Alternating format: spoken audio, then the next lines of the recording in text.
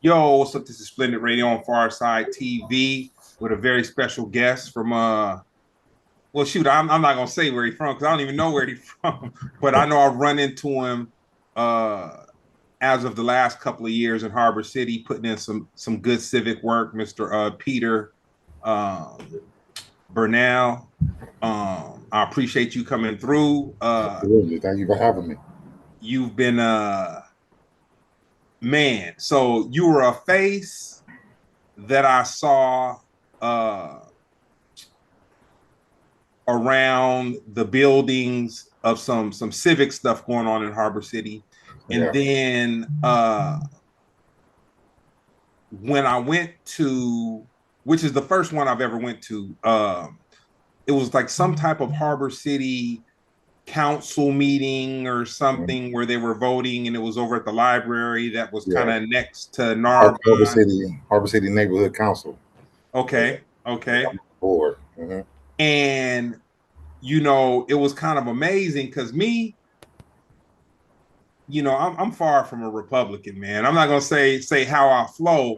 but Yeah. it's more like I believe you got to invest in the community. You know what I'm saying? And you have to be Absolutely. present and you have Yeah. to have a voice. Yeah. But I never really knew how, and I just kind of do my own thing. I work hard. I try to help out where I can help, or give a good look where I can give a good look. But to see you, a younger cat, sitting on that board with Yeah. like, man, you saw Yeah. people. I'm older than you, but it Yeah. was people way older than me, and Yeah. you Yeah. you were there to kind of represent and be that voice. And I kind of look at it like, with all the different facets of people that were at that meeting, Hmm. we needed somebody that looked or that's closer to, or I'm not gonna Yeah. say No. we. You right to look. Yeah.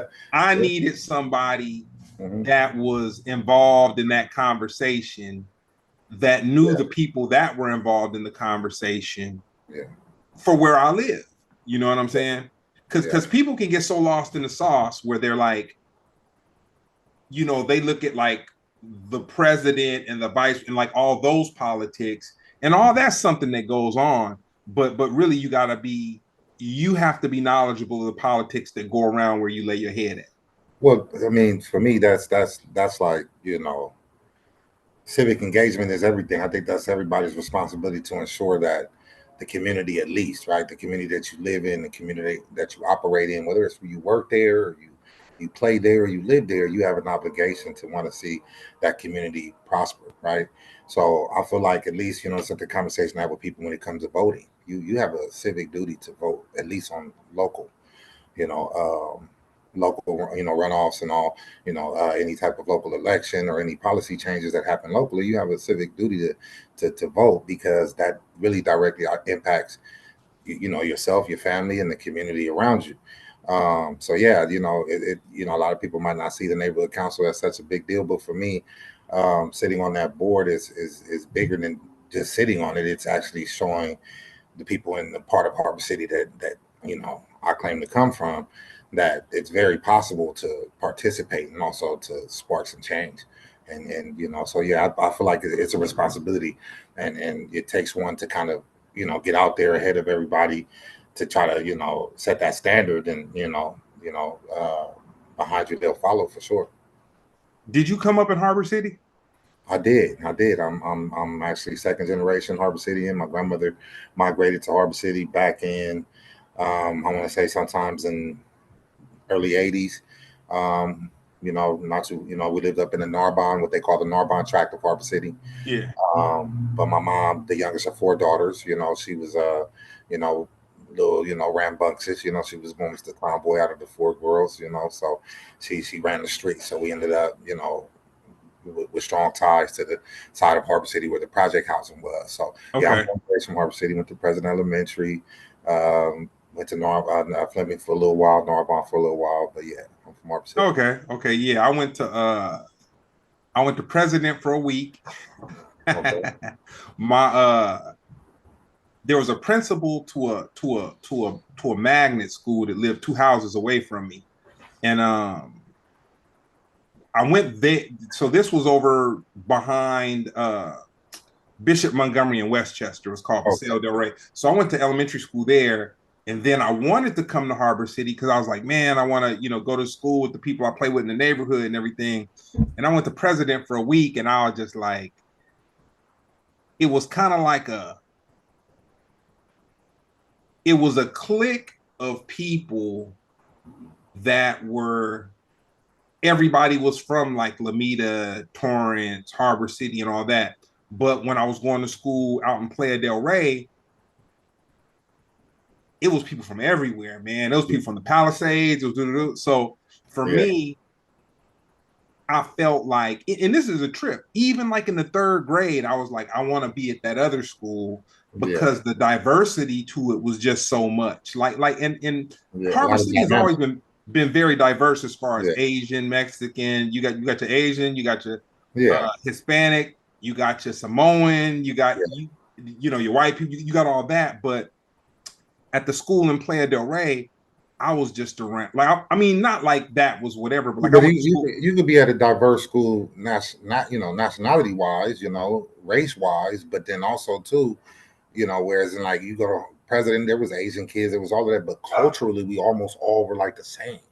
You know what I'm That was saying? Like, yeah, yeah, man. you see what I'm saying? So it's like the culture was just different. Playa del Rey. I mean, yeah, Dude, I went to elementary school with Neil Long. You know what I'm saying? It yeah, was like there were people from all yeah. facets of Hmm. whatever. Absolutely. But Yeah. I came back to Fleming and I did my junior high. So I got to be with the homeboys and everything, but Hmm. it was cool that I got that other part. And then I came to do all of that. And then I graduated from Narbonne Okay. and all that. But you know, um, Harbor City has been my heart.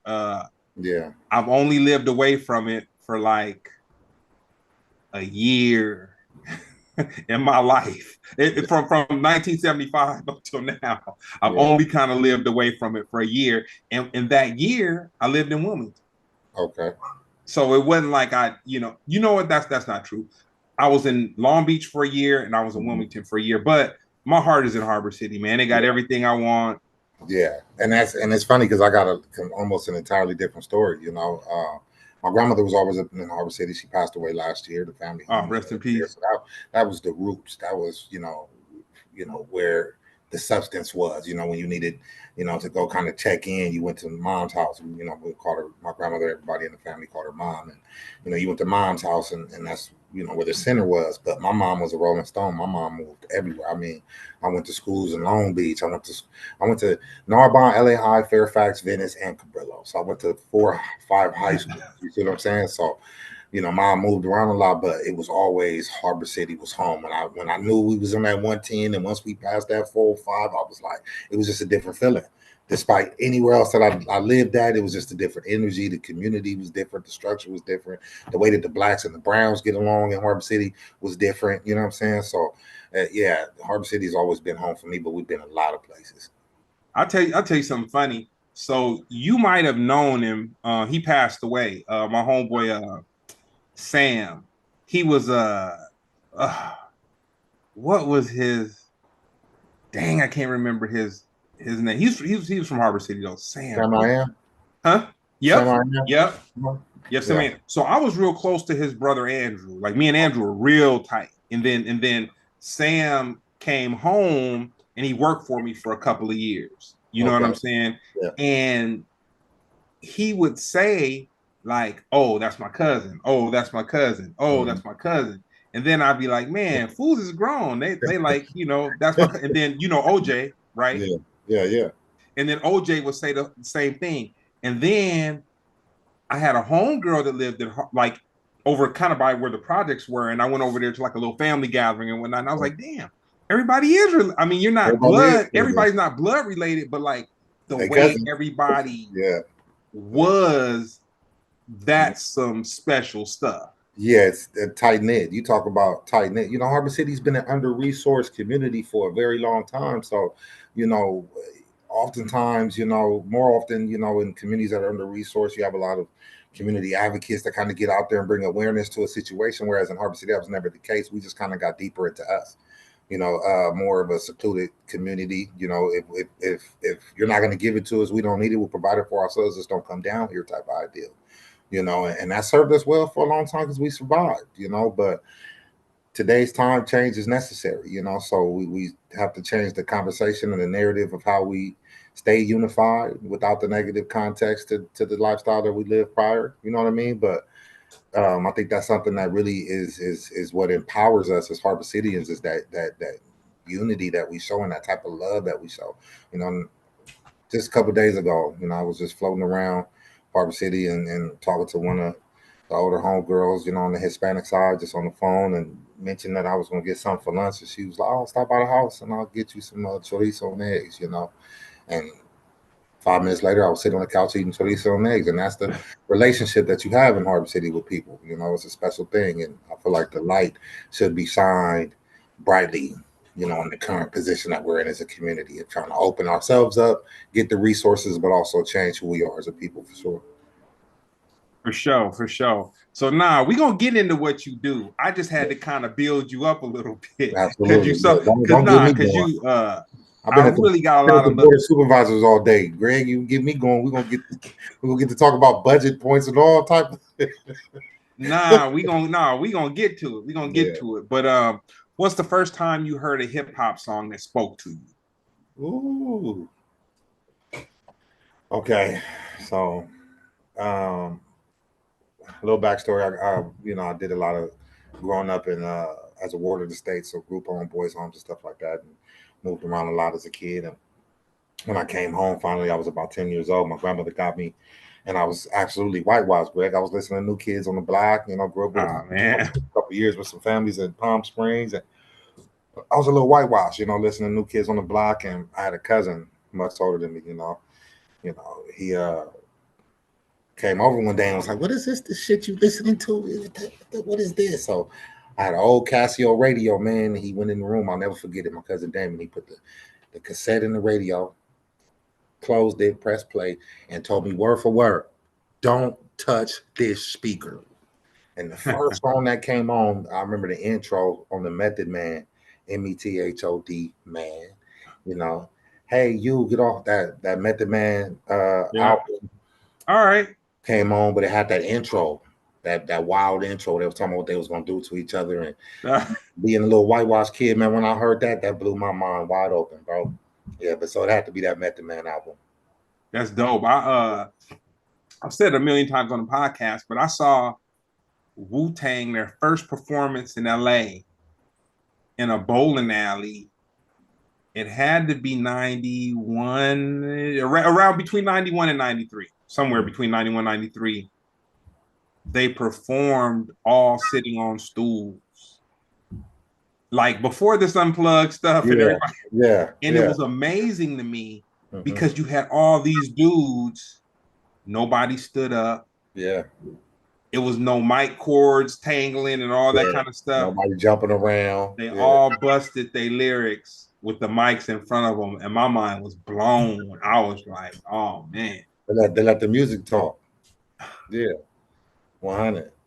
But Wu Tang had a big West Coast thing going for a minute though.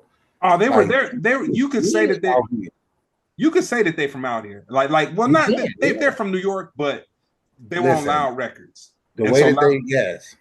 the way they were accepted though. You listen to that soundtrack, that "Don't Be a Menace" or "Drinking Your Juice in the Oh Hood," yeah, a whole Wu Tang soundtrack.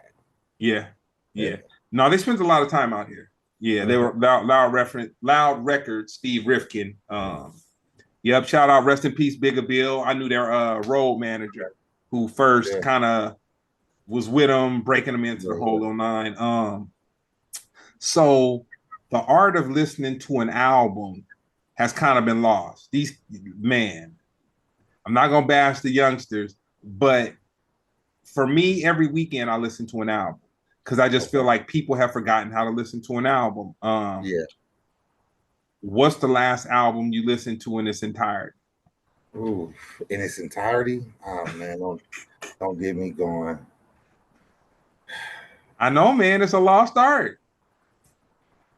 Man, it's sad to say, but I The Larry June album, the last one he just dropped. What is that? Something about last night or whatever it's called. But that Crip and James too by by G Perico. I listened to that. That was in heavy rotation for a little while too. Uh, The whole yeah. album or just some cuts?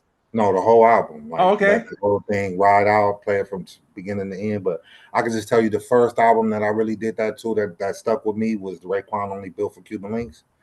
Okay. That was like an album where you know, so listening to an album like you say in the structure of just forcing yourself to listen to a whole album Yeah. versus playing an album and it engulfing you to the point where you play every song and you don't even know you're going song for song. It had to be that Raekwon Only Built for Cuban Links for Man, me. I'll tell you something crazy. So um it was on a Saturday, and I don't know what was going, but I hit Slink up and I was like, yo, let's just hang for a minute or something. So I went and I Mhm. scooped him and I played for whatever reason I put on I was on my album stuff, so I put on America's Most Wanted, Ice Cube.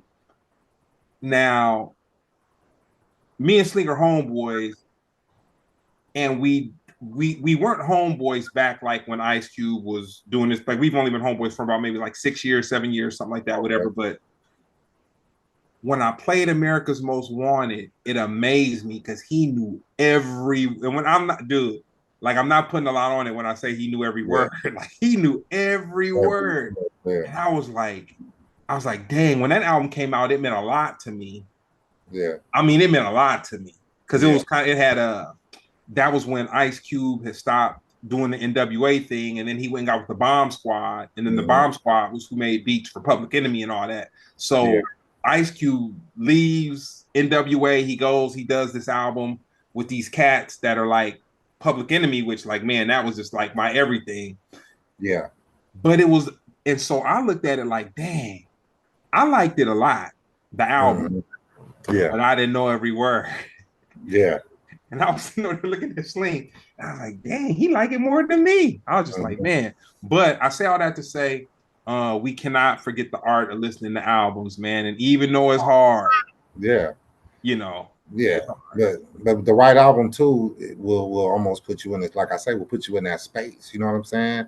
When it Yeah. resonates with you, it resonates with you, man. That Snoop Dogg, The Last Meal. You know, I'm 41. You know, so that Snoop Dogg, The Last Meal came out in a time where it was like that was the theme music to you talk about what it really meant. You know what I mean for it to have like true resonance on your life. That album right there was but that's a whole nother podcast conversation, right? Yeah.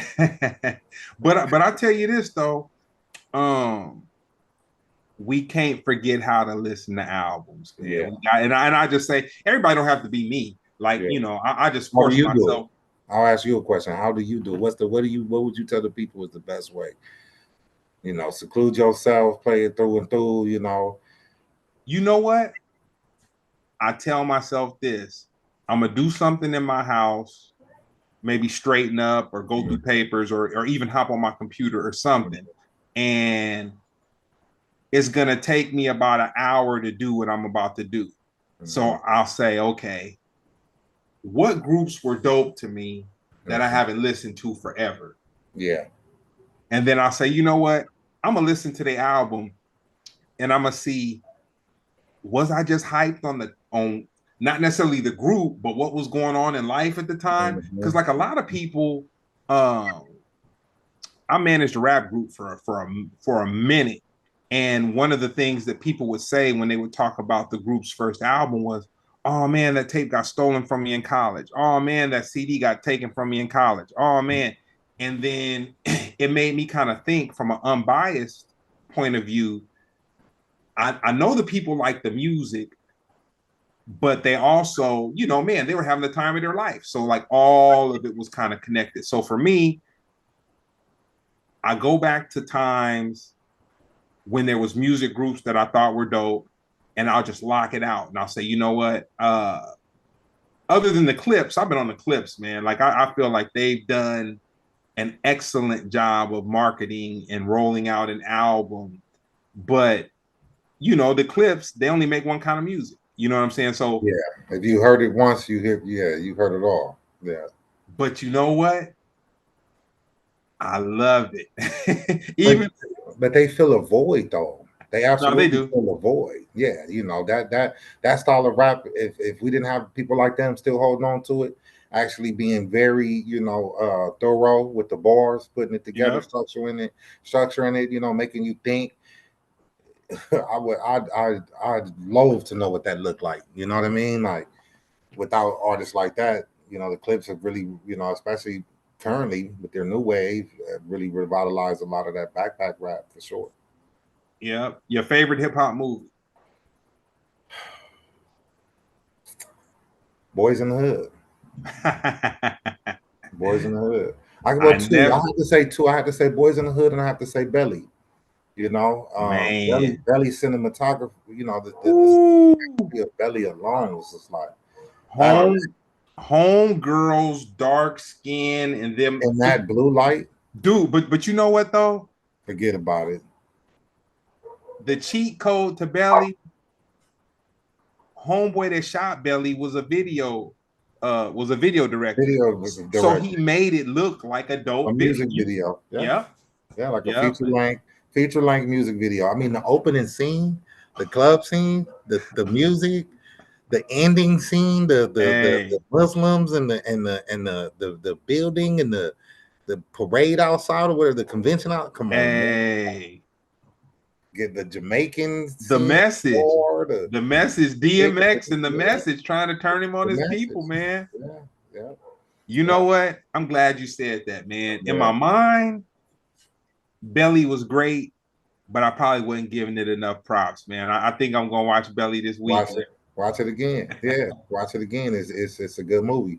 But like I say though, man, opposing that would be Boys in the Hood because I mean that just resonated so much with who we are as LA.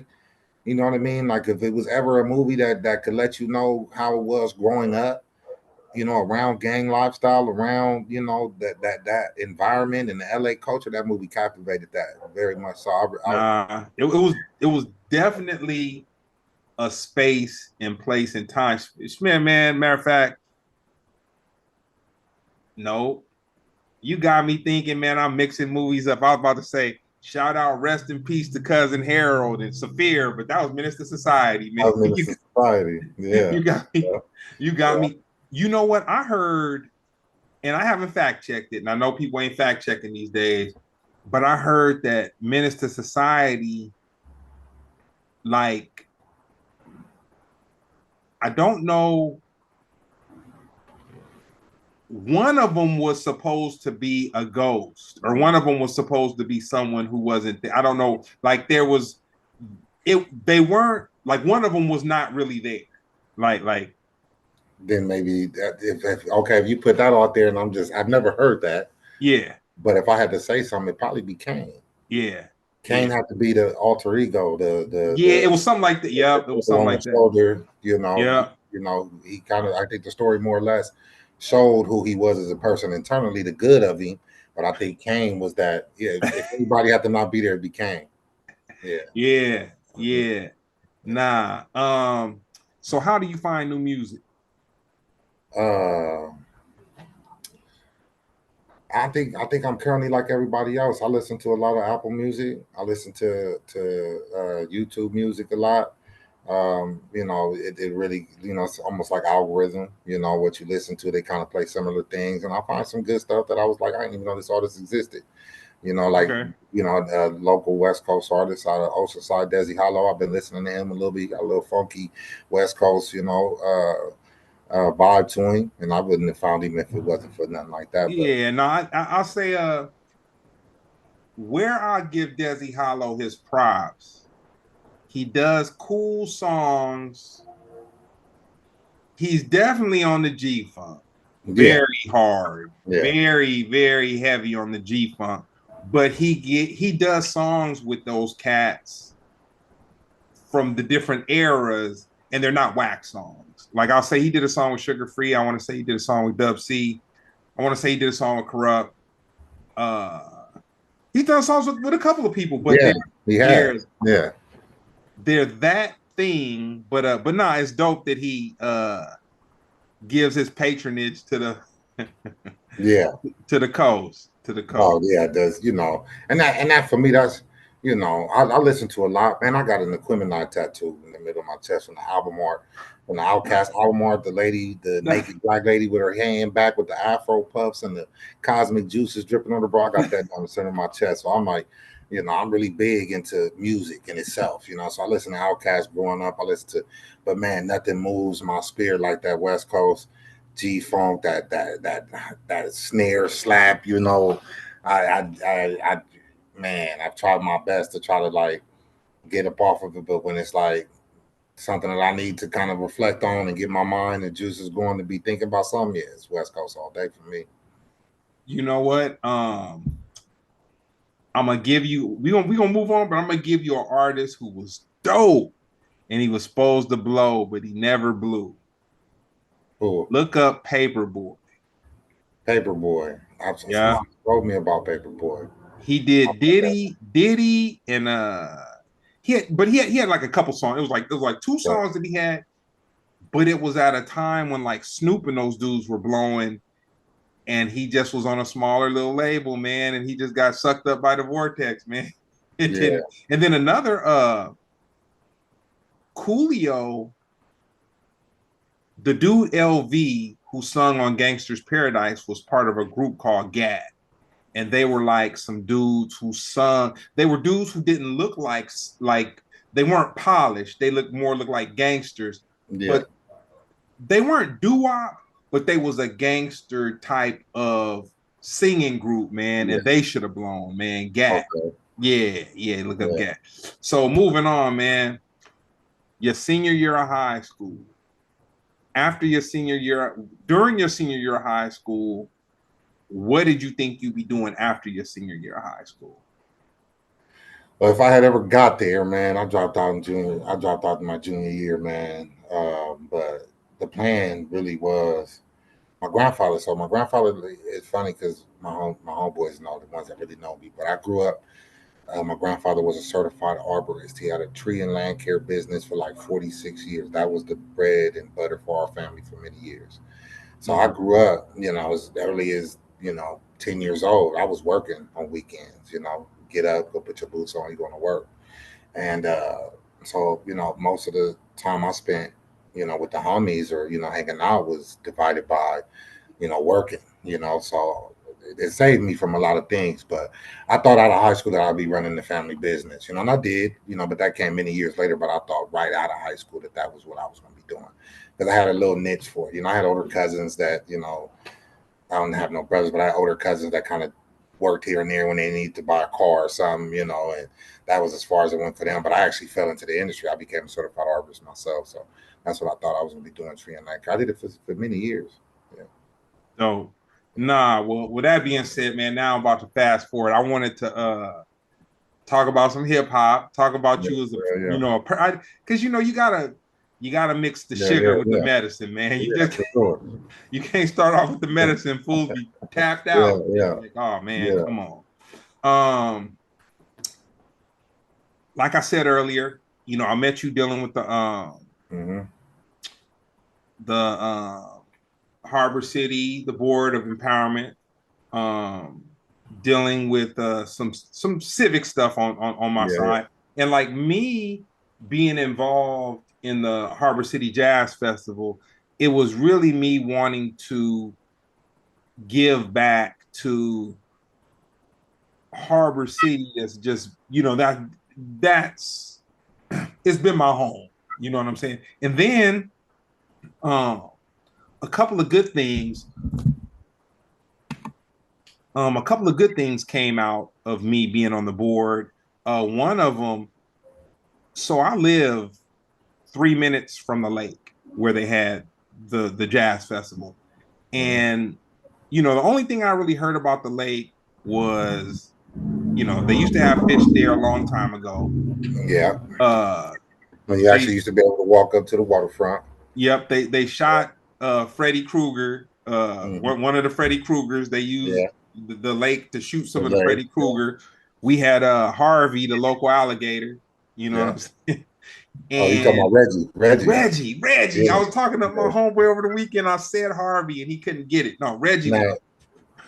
Now, here's another thing I heard about Harbor City Lake that I don't know if it's ever true, but somebody had told me there was quicksand in the back of the lake. I Uh, heard that my whole life. I could That's, believe it. yeah. I I mean, could. it's a swamp. It's marsh. Yeah, it's I could marsh. Yeah, imagine. yeah, it's marshland for sure, Mm-hmm.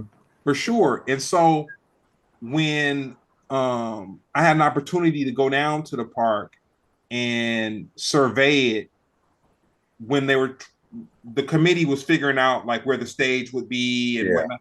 I never realized how beautiful that park was. Like The since they dumped all renovation. the money. Yeah. What was it? $2 billion, a billion plus, something like that, into the lake It was renovation. yeah. I don't know the number of zeros, but I know. It was about 2 billion, almost $2 billion. If it's not, $1 or $2 billion they put into that lake, and amazing, Oh amazing. man, One it of the best really regional parks around.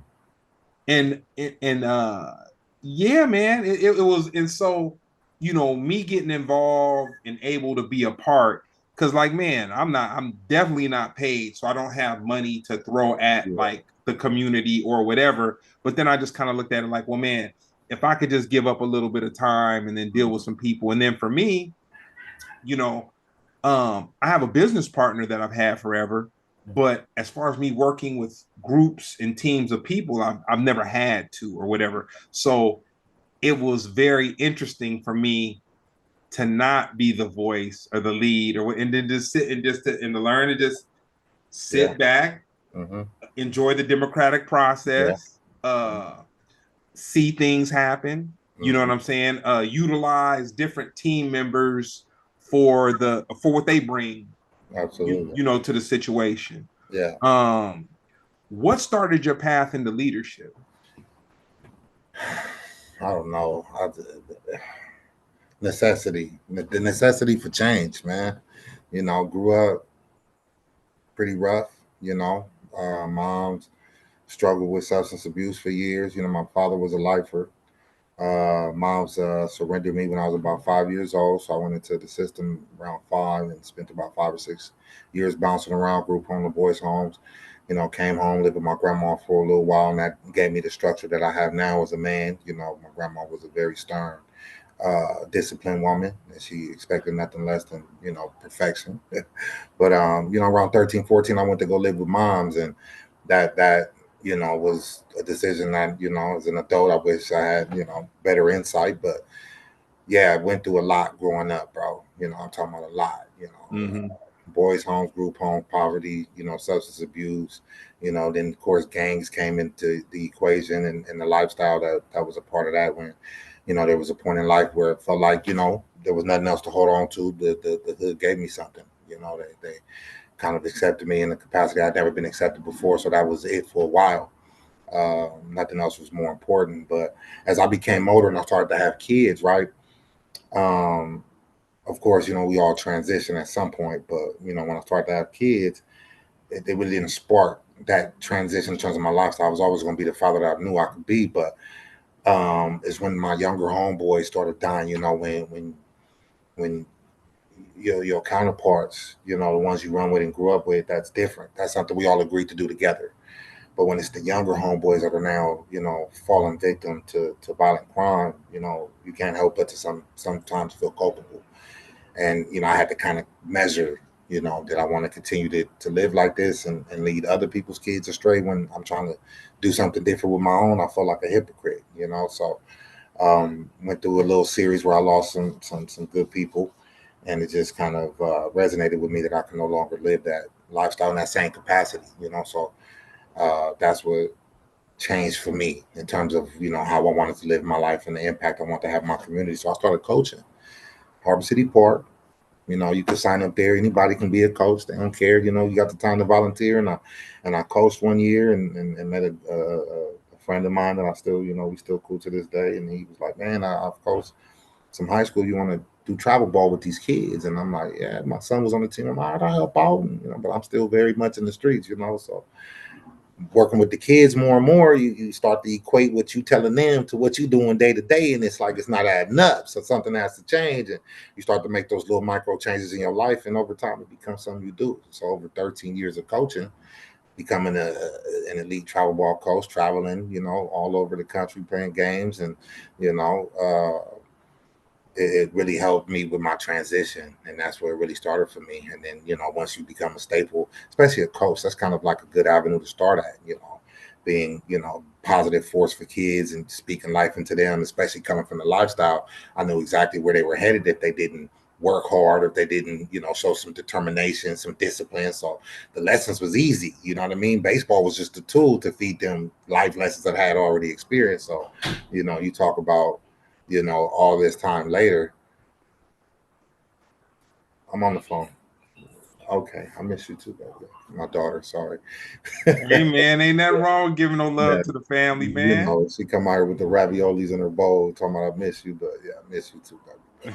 But anyway, yeah, so that was it for me. I knew then, and then the community looked at me different and kind of leaned on me for little things here and there, and volunteered a lot and came through, events and donated time, setting up booths and taking down, and you just become that person that people kind of lean on, and you fall into your purpose that way. So one of the things I tell people, the world's the size of a shot glass. I tell people, like, man, the world is like it seems big as Yeah, far as the amount of land that's in the world, but somehow we all like within certain proximities we're kind of connected. So I realized that one of my homegirls, and we were talking about it, which is so crazy how this part comes full circle. So about maybe 4 years ago, it was before COVID. My homegirl Kathy, she needed I want to say she needed a banner and something else, and she told me to bring down some marketing materials for my business, my printing business. And she had me come to this place, and it was off of Gaffey in San Pedro or whatever.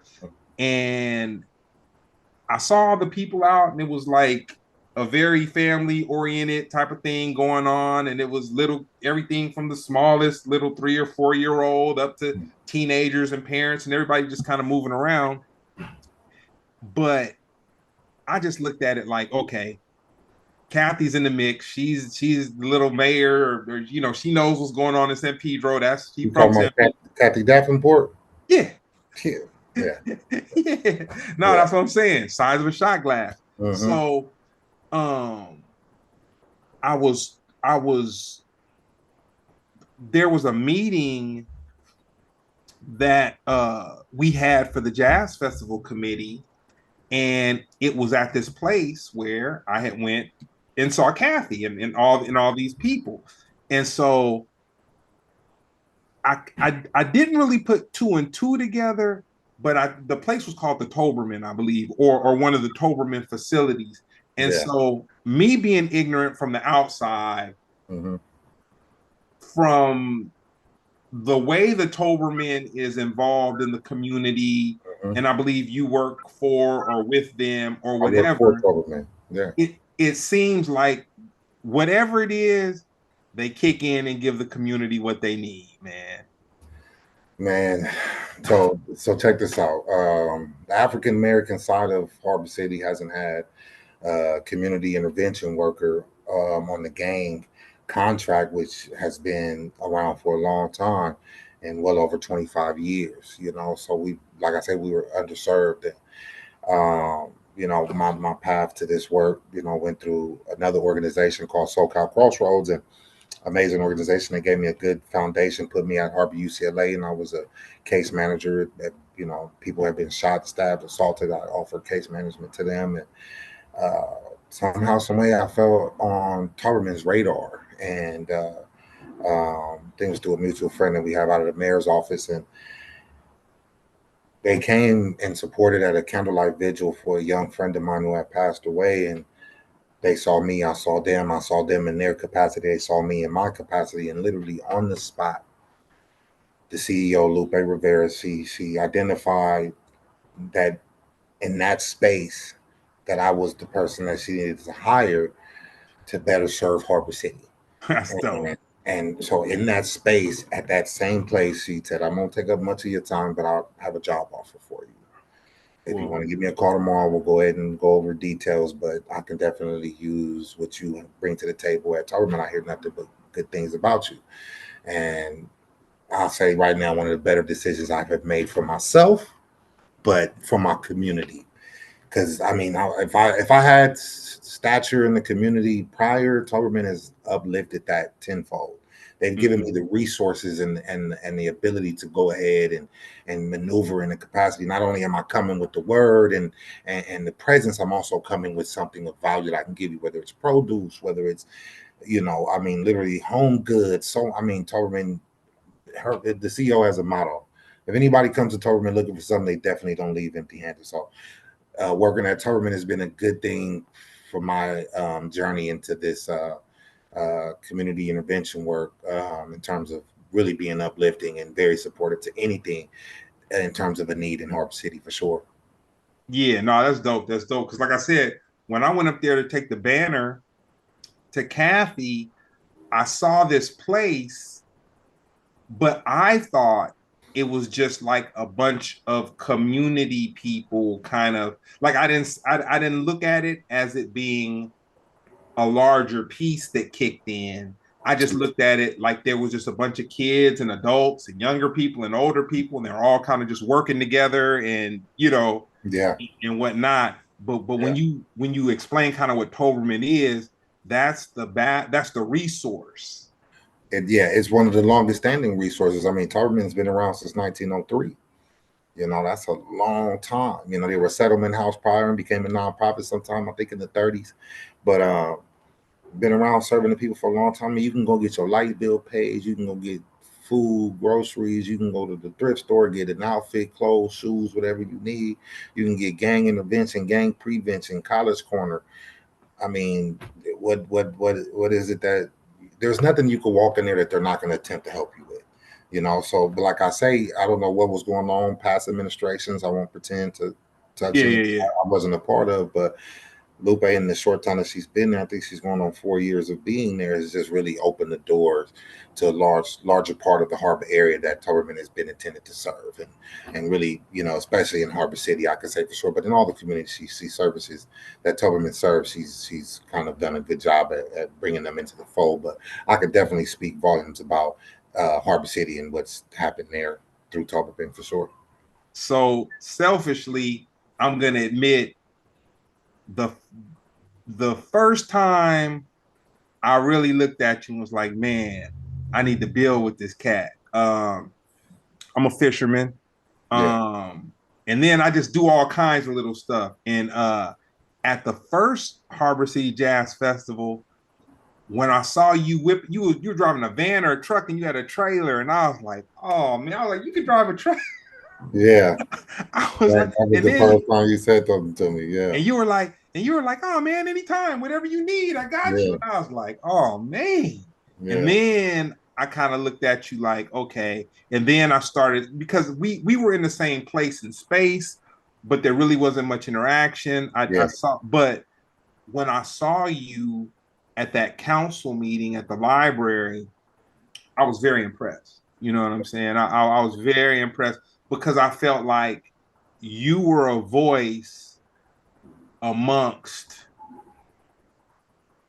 younger, older, black, white, Asian, Hispanic. Uh, there were some police chiefs there. There was really like what goes on in a city, the things that people don't think about, but it's the things that keep a city kind of the way that it is. And I yeah. was like, man, if this cat is part of this, uh, man, I admire him. And then like whatever I could pour in, I don't have a lot to pour in, but whatever little I can. You've done it. You've looked out for me already. I mean, from when I was doing the high school banners for the girls, and you did that, and then even the more recent the banners for my little pop up business. I mean, Negative. there's Spin the record back. I'm gonna tell you yeah, something funny. So your pop-up business, which you've partnered with one of mine, which is, you mhm, know what I'm saying, right here. We yeah, got yeah, these from the back, these Ernestine cobblers right here. You know what I'm saying? And I Oh, don't yeah. eat them every day. I keep them when I do batches of them a little bit, and I throw them. They freeze well, but yeah, I'll be big as a house. But I'm gonna tell you something funny. So when I left you on Sunday, I was thinking to myself, I was like, man, he's out here. Nobody really knows he's here. You really can't see him from the street. And I'm like, man, people need to know he got chicken wings and Yeah. catfish and snapper, and that Cajun corn is ridiculous. The dirty rice is bomb. I'm a foodie, so Yeah. Yeah. so I was stuck on that. So when I left to go to my dad's house, because he only lives like 2 minutes from me, Yeah. and I had cooked for him on Sunday, Mm-hmm. and then I was gonna I was cooking some red beans, and then I was gonna do a couple other things. But something hit me, and I said, you know what? You working too hard. You need to go back, hit Yeah. Peter up, Come throw on. some bread at him, or however you want to do it, and get you some Come sides. on. So I came by and saw you. Your money ain't no good, Greg. It will come, especially if you talking about for pops. Man, we're gonna take care of him off top. You already know. Yeah. Nah, you a good one, man. You a good one. So Let I us know. left. You and your wife hooked it all up. Yeah. Went to see Pops.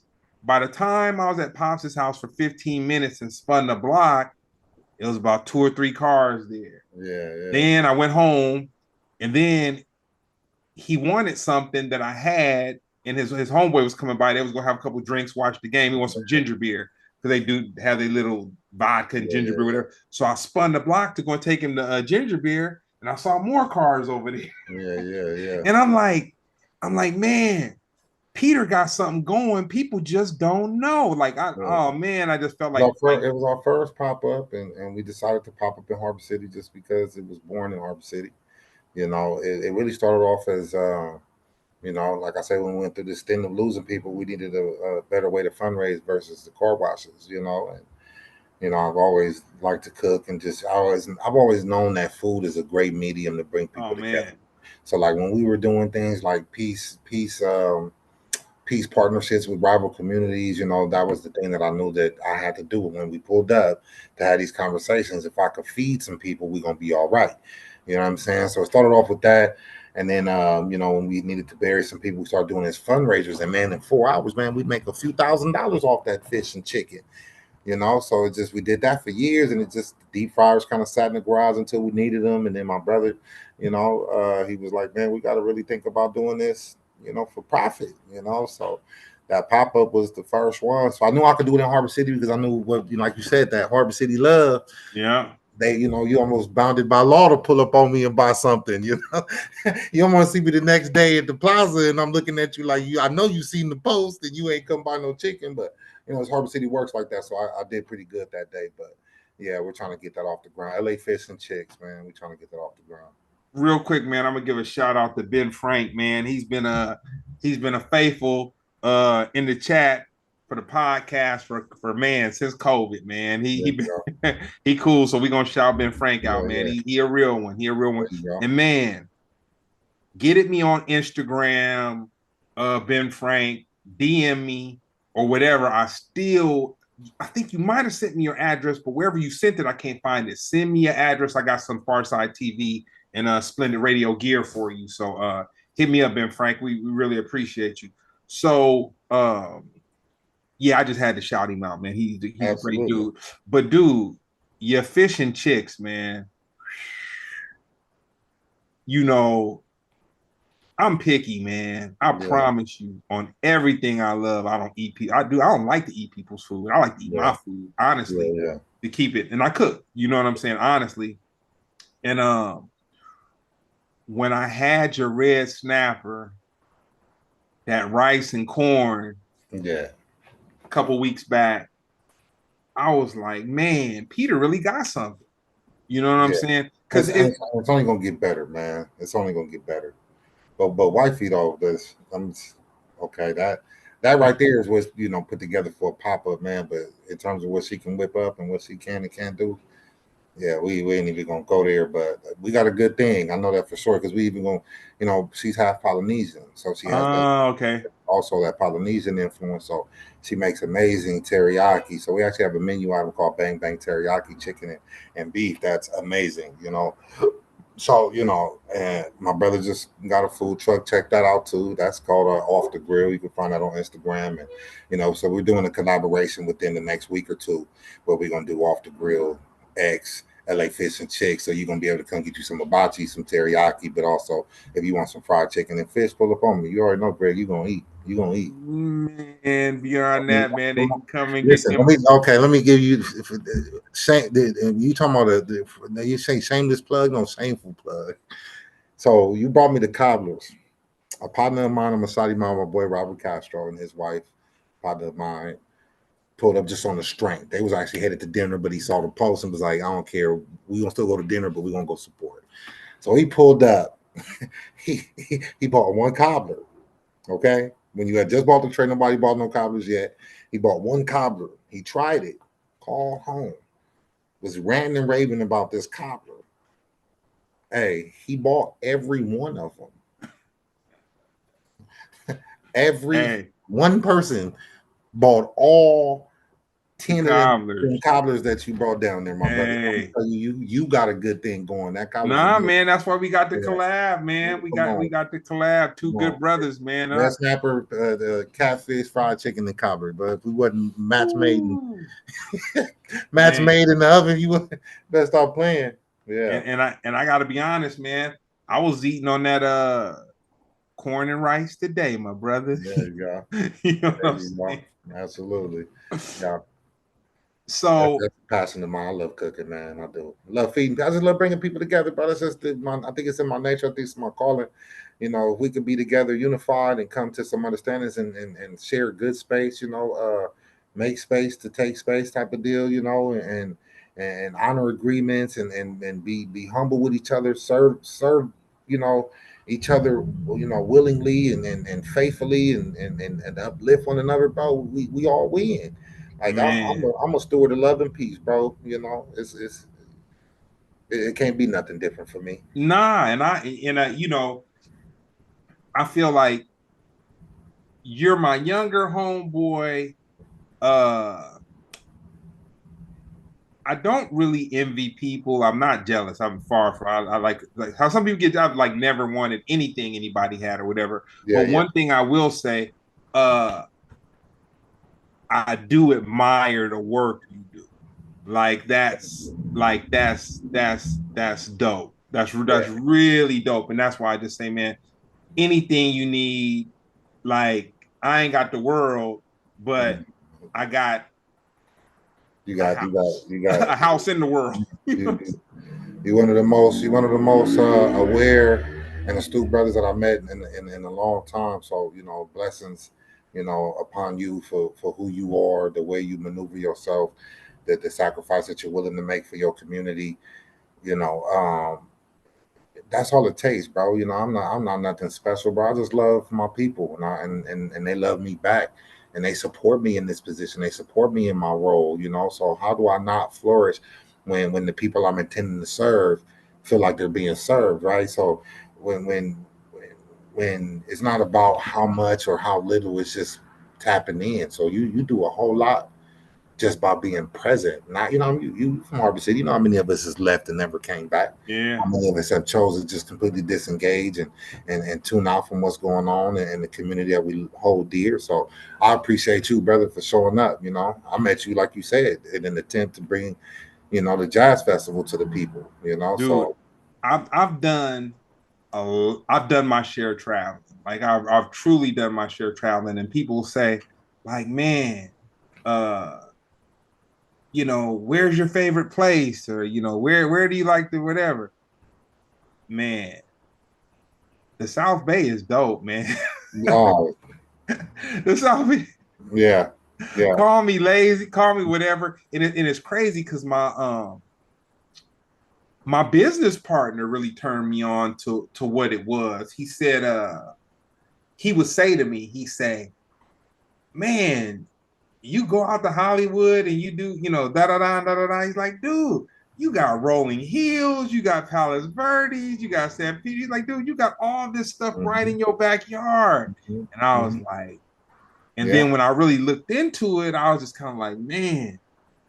And dude, I'm not knocking anywhere else. yeah. Dude, like not at all. But I feel like the South Bay is kind of a hidden gem. You know what I'm saying? I forget where I was at recently, and one of the it was I was in a room full of all people from the harbor area, and one of the icebreaker questions was if you can buy your dream home tomorrow, where would it be? And I mean, everybody from Wilmington, Pedro, Harbor City, they kept saying, "Oh, I'd be here, and I'd be on the hills here, and I'd be in this country, in that country, or I'd be in the middle of nowhere, off the grid." And I was literally the only one that's like, "Bro, I don't care where I don't know where y'all was looking at when we was growing up, but I want to live in rolling hills." Like, for me, that's been a marker of like success. We could make it to that hill right there, it's right up above us. That's it. Yes, we got everything we need right here. I'll give you a good one. My cousin don't live in Rolling Hills. She lives off of Anaheim between Normandy and Western. And if you go up them streets, So they she got stays some in the cool. pines. She stays in the pines, in the Harbor City Pines. They got some, it's Yeah. not Harbor too City Pines. shabby. Harbor City Pines is another place where I'm like, if I can make it up just above Anaheim, I made it. Hey, Yeah. Yeah. hey. All Mhm. right, I'm gonna hit you one about something that you know a lot more about than me. Um, do you think with you interacting with the youth, your children, children, let's say from the age of like 10 to let's say 20, do you think that they understand what's going on politically in the country? I think they understand because I don't see how they don't. It's everywhere all the time. I, I, I just don't think they're as aware as they should be. I think Mm-hmm. they know that the current temperature is something that's not, beneficial for us all. But I think they've also been so exposed to this nature of politics that they really don't know much different. Know that we're supposed to be in a better space than this. Mm-hmm. Um, one of the things that we do was, is youth roundtables on policy and advocacy. I did with this group up in Oakland called Youth Alive, and they have a policy and advocacy director that literally will hold a class teaching them about politics and the structure from local to, state assemblies, Mm-hmm. state senate, all the way up to, DC, and how politics works there. And, we'll host a few sessions of that because for me, I did a town hall meeting with all the senators when they were running for the California Senate, and had some kids from Harbor City, local kids do. They were like some, prompters, and got to ask some questions to the senators, Mm-hmm. and we did it at East LA College. And in that moment, I kind of realized that they weren't as aware or as in tune to the current political landscape. So I felt like we have to do something to kind of educate them. We have to do Yeah. something to kind of bring them, if we're not setting them up to become advocates, like I say again, at least the local level, then shame on us because I think they're a little bit ill prepared. I think, but also too, they gotta be emotionally tapped out, man. This is crazy. You know, it's funny. I was in junior high school. I want to say that between the ninth grade and the 10th grade, somewhere around then, I believe. And Bush the son was running for office. Mhm. And he just seemed so racist to me and just like Yeah, just horrible. And yeah, I remember having this feeling of anxiety. And I felt like, man, if he gets in the office, now I'm just a 10th grader in high school, but I remember feeling, or 10th, maybe 11, somewhere between the ninth and 11th. But I was like, man, if he becomes president, we gonna be slaves. yeah, And I remember going to my mother, rest in peace, and I said, Mom, I said, if this guy, gets elected, are we gonna be slaves or whatever? And not because she was my mother, but because she was just somebody that gave me some good advice. She uh, said, let me share something with you. there's people that are paid far more money than you or I, that have far more knowledge than you and I, that will deal with things like that Mhm. before it actually becomes like a reality to us. Yeah. But see, this was version 80, late 80s, 80s. You know, this is that version. The Yeah. version we're in right now, we're seeing um a place in history where and I'm not we're about to end this and everything, but I just got to get this I'm off. here with you. So I got people that are Trumpers, but black people Mm. lighter than me, darker than me, white people, you know, whatever, Hispanic, that are just straight up Trumpers, right? And so they're very passionate. Like that's the one thing that he, as a provocateur, someone Mhm. who doesn't really have substance, but he can stir people up. Absolutely. Uh, That was gonna be my next thing is what are they passionate about? But yeah, go ahead. so when people come to me and they feel comfortable enough to say, "Oh, you're the lefty, you're woke and D and all this stuff," I said, "Answer me this: Why didn't Trump debate Kamala the last two times?" Mhm. And they'll say, "Oh, she's stupid," or they'll say something, or Yeah, whatever. yeah. I say no. I said we're not going to even get into whatever, but I'm going to tell you the reason. She said she would debate him, but there had to be fact checking and live fact checking going on. He refused to debate her two Yeah. times with fact checking going on. Yeah. And I just say that to say that's just where we are right now as a Yeah. society. Like no one, like it don't matter. It doesn't. It doesn't, but that's why it has to. You Yeah. understand what I'm saying? It doesn't, but that's why it has to. It's funny. My grandfather, right, is the grandfather that I call my grandfather, the man who raised me, Mm-hmm. was married into the family. Rick Wheeler was an old white man from Lomita, married my Mm-hmm. grandmother when I was very young, and really was a true patriarch of the family, right? Mm-hmm. And when Barack Obama was elected, I remember as a family we were stoic. It was amazing. We have our first black president. And that's all we could see. And one day I remember my grandfather was kind of sitting there, kind of somberly, while we were kind of celebrating the win. And what's wrong? Papa. What's going on? And he was the first person that kind of expressed what Obama's election would usher in terms of American politics, because as a white man, he can directly identify what that would stir in white people. They ain't let it On go, the inside, boy. you know? Yeah. So you know, uh, the work I do, I have to be as partisan as possible. I deal with life and death situations day in and day out, and variables change. So I really just kind of focus on that, and I see it, but I try my best not to let it define, how I feel about, the hope that I need to have, to do this work every day. But, we've lost tons of money in federal funding just because, not for any Oh other man. reason, you know, when our work is proven. And you talk about at a high mark for intervention work where we're literally celebrating a 50% decrease in gang violence from last year to this year, and with that being said, to sit there and pull the rug from underneath us after Biden had opened the federal funding to interventionists, I don't see how you can say that you're on the side of prosperity and peace and justice for all, with that happening. Well, most people that are on the right that I know of, they're not worried about the future. They want theirs. They want it Yeah. now, and everybody else can just figure it. Yeah. Yeah. Why would I be worried about what you have going on over there on that side of the street when I could just redline you? But I'm gonna tell you the cold part. Part of my philosophy is a society is a society, and Hmm. like you can try your hardest to say that people that you want to push down or separate yourself from don't have anything to do with you, but everybody got everything to do with everybody, and Yeah. that's just where it. Because the thing about it is, when the wolves get hungry enough,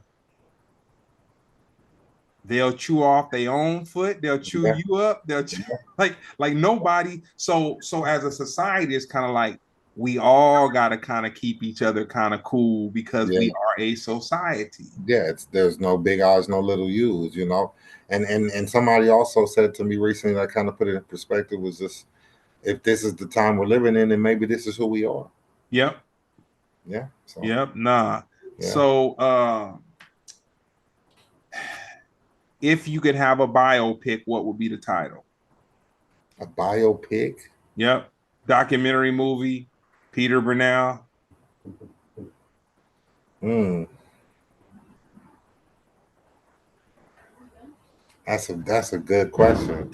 What would be the title of my biopic? Hmm.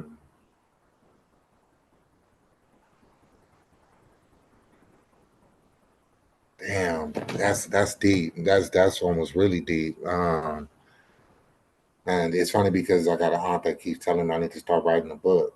You know, Hey, so um, I have this I have this thing that sticks with me, man. It's just that term trials and tribulations. all right, that's Yeah, fair. yeah. So something along those lines. You know, uh, Who would you play you? ooh. All right.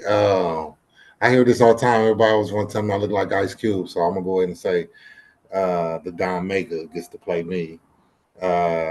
Younger me. Um,